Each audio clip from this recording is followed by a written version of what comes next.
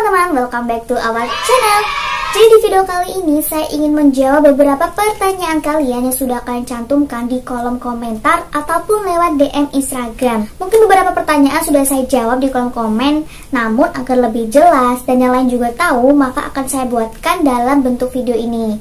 Jadi buat teman-teman yang belum tahu, stay tune di video ini dan jangan lupa untuk tekan tombol subscribe dan klik juga lonceng notifikasinya agar kalian selalu mendapatkan video-video terbaru dari kami.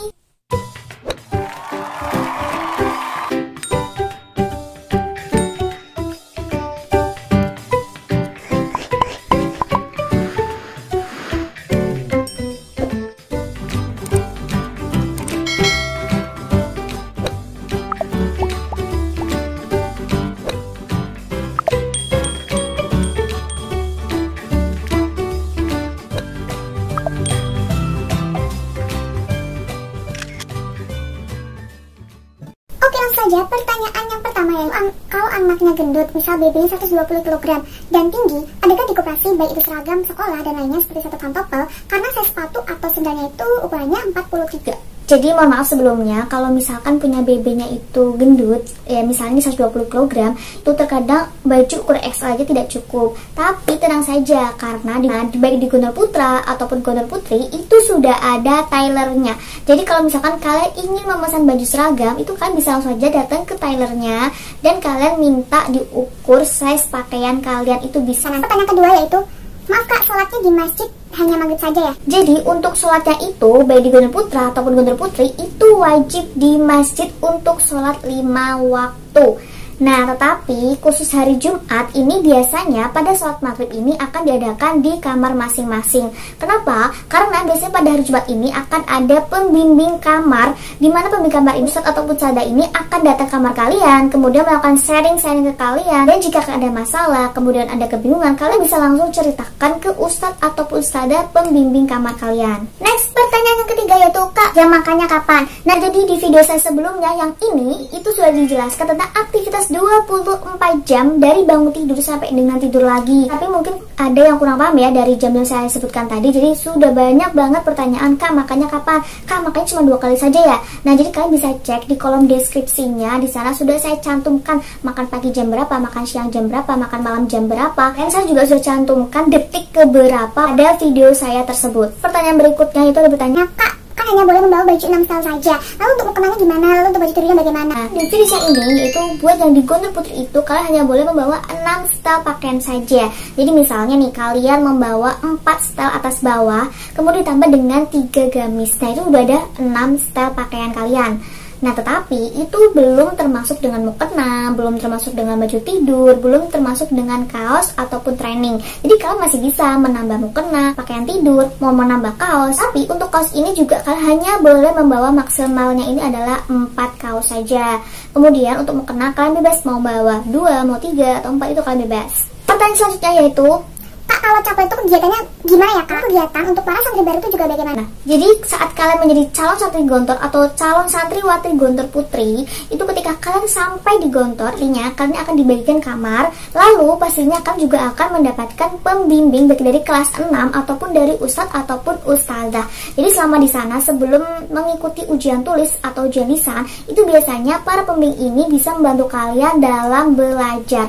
Jadi pastinya juga akan mendapatkan ilmu tentang materi yang akan diujikan. Nah, terus ketika ujian ini sudah selesai, lalu untuk menunggu waktu pengumumannya tersebut, biasanya nanti akan diadakan lomba-lomba antar calon santri atau calon santriwati. Dan itu lagi buat kalian, kalau misalkan sudah ada pengumuman, sudah ada yudisium, sudah ada pengumuman kalau kalian lulus di Gontor Putri 1, dilulus di Gontor Putri 3, Gontor Putri 5, atau dari Putra lulus Gontor 1, Gontor 2, Gontor 3, itu kalian tidak bisa balik ke rumah terlebih dahulu, melainkan kalian akan langsung diantarkan oleh pihak Pondok Gontor ke tempat yang sudah kalian dapatkan. Misalnya untuk yang putri, karena untuk yang putri ini khususnya untuk yang ada di Pulau Jawa, kan akan diadakan ujian di Gontor Putri 1.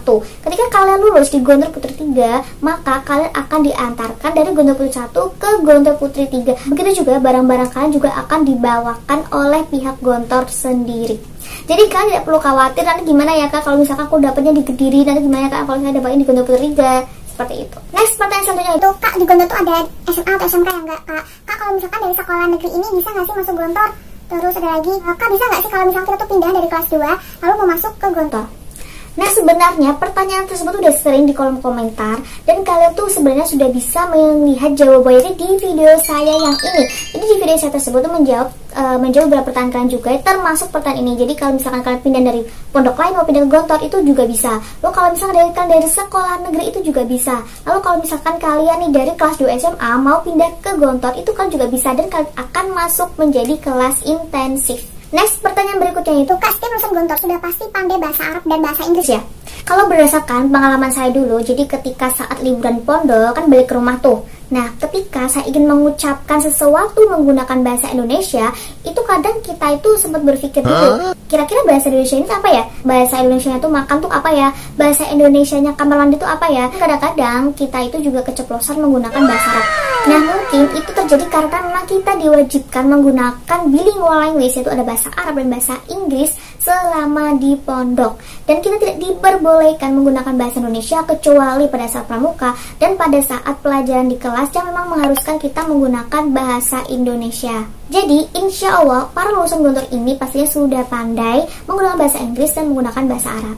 Pertanyaan selanjutnya yaitu, Kak, untuk kopernya itu ukurannya berapa ya Kak? Kak, lebih baik kita menggunakan tas ransel, koper, atau gimana ya? Jadi untuk masalah ukuran koper yang akan kalian bawakan itu bebas. Kalian menggunakan yang kecil, menggunakan ukuran sedang, menggunakan besar, itu bebas terserah kalian. Terus untuk yang menanyakan, kali baik kita menggunakan koper, ransel, atau tas biasa ya? Jadi kalau masalah ini sebenarnya bebas. Kalau dulu saya tuh menggunakan koper dengan ukuran medium dan satu tas ransel. Dan saran saja buat kalian, sebaiknya kalian tuh membawa satu ransel, karena ransel ini akan kalian gunakan pada saat perkajum atau perkemahan Kamis Jumat.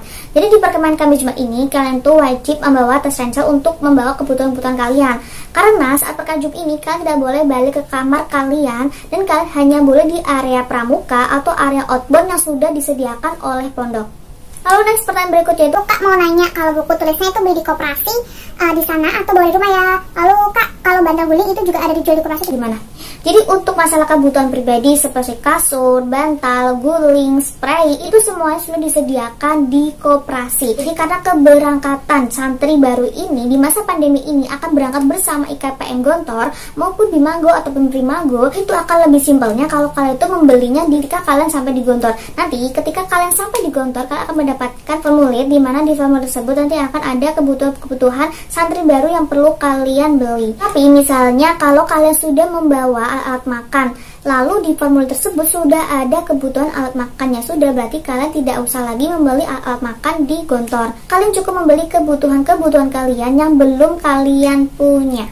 Next, pertanyaan selanjutnya, Kak, pesantren Gontor itu di daerah mana ya? Jadi pondok Gontor ini tidak dijadi satu ya, baik yang putra ataupun putri. Kalau untuk Gontor pusatnya putra itu ada di Ponorogo, sedangkan untuk Gontor putri pusatnya ini ada di Mantingan Ngawi. Sedangkan untuk lokasinya ini berbeda-beda. Untuk Gontor putri 1, Gontor putri 2, Gontor putri 3, 4, 5, 6, 7 itu berbeda-beda tiap kampusnya, berbeda-beda daerahnya. Begitu juga untuk yang putra. Dan untuk lebih detailnya, kalian bisa cek dan tonton video saya ini, karena di video tersebut saya sudah mencantumkan kampus-kampus Gontor Putri dan kampus-kampus Gontor Putra beserta dengan alamat lengkapnya. Pertanyaan selanjutnya itu, Kak, batasan umur untuk bisa menjadi calon santri Gontor ini berapa ya? Jadi untuk menjadi santri Gontor ini tidak ada yang namanya batas maksimum umurnya. Bahkan dulu ada juga teman saya yang dia itu sudah lulus SMA dan baru masuk Gontor. Jadi kalau ada kejadian seperti itu, artinya kalian akan mengikuti kelas intensif dan akan mengulang lagi dari kelas 1 SMA. Atau kalian kalau misalkan kalian tidak ingin mengulang lagi, itu kalian bisa mengikuti ujian acceleration, dimana kalian bisa mengikuti ujian loncatan langsung ke kelas yang lebih tinggi, atau kalian juga bisa langsung mengikuti kuliahnya saja yang ada di Unida atau Universitas Darussalam Gontor. Next, pertanyaan berikutnya yaitu, Kak, untuk ekstrakurikulernya boleh lebih dari satu atau tidak ya? Untuk mengikuti ekstrakurikuler ini sebenarnya kalian bebas bisa mengikuti lebih dari satu, asalkan kalian bisa membagi waktu kalian untuk mengikuti latihan-latihannya tersebut. Oke deh teman-teman, sampai di sini dulu video kali ini. Semoga bermanfaat buat kalian. Buat teman-teman yang masih bingung, silahkan komentar di kolom komen, atau kalian bisa juga follow dan DM di IG kami di @ramaramadan97 atau di @niarajatni. Dan buat teman-teman yang baru gabung channel kami, jangan lupa untuk subscribe like, dan klik juga lonceng notifikasinya agar kalian selalu mendapatkan video-video terbaru dari kami. Syukur, wassalamualaikum warahmatullahi wabarakatuh.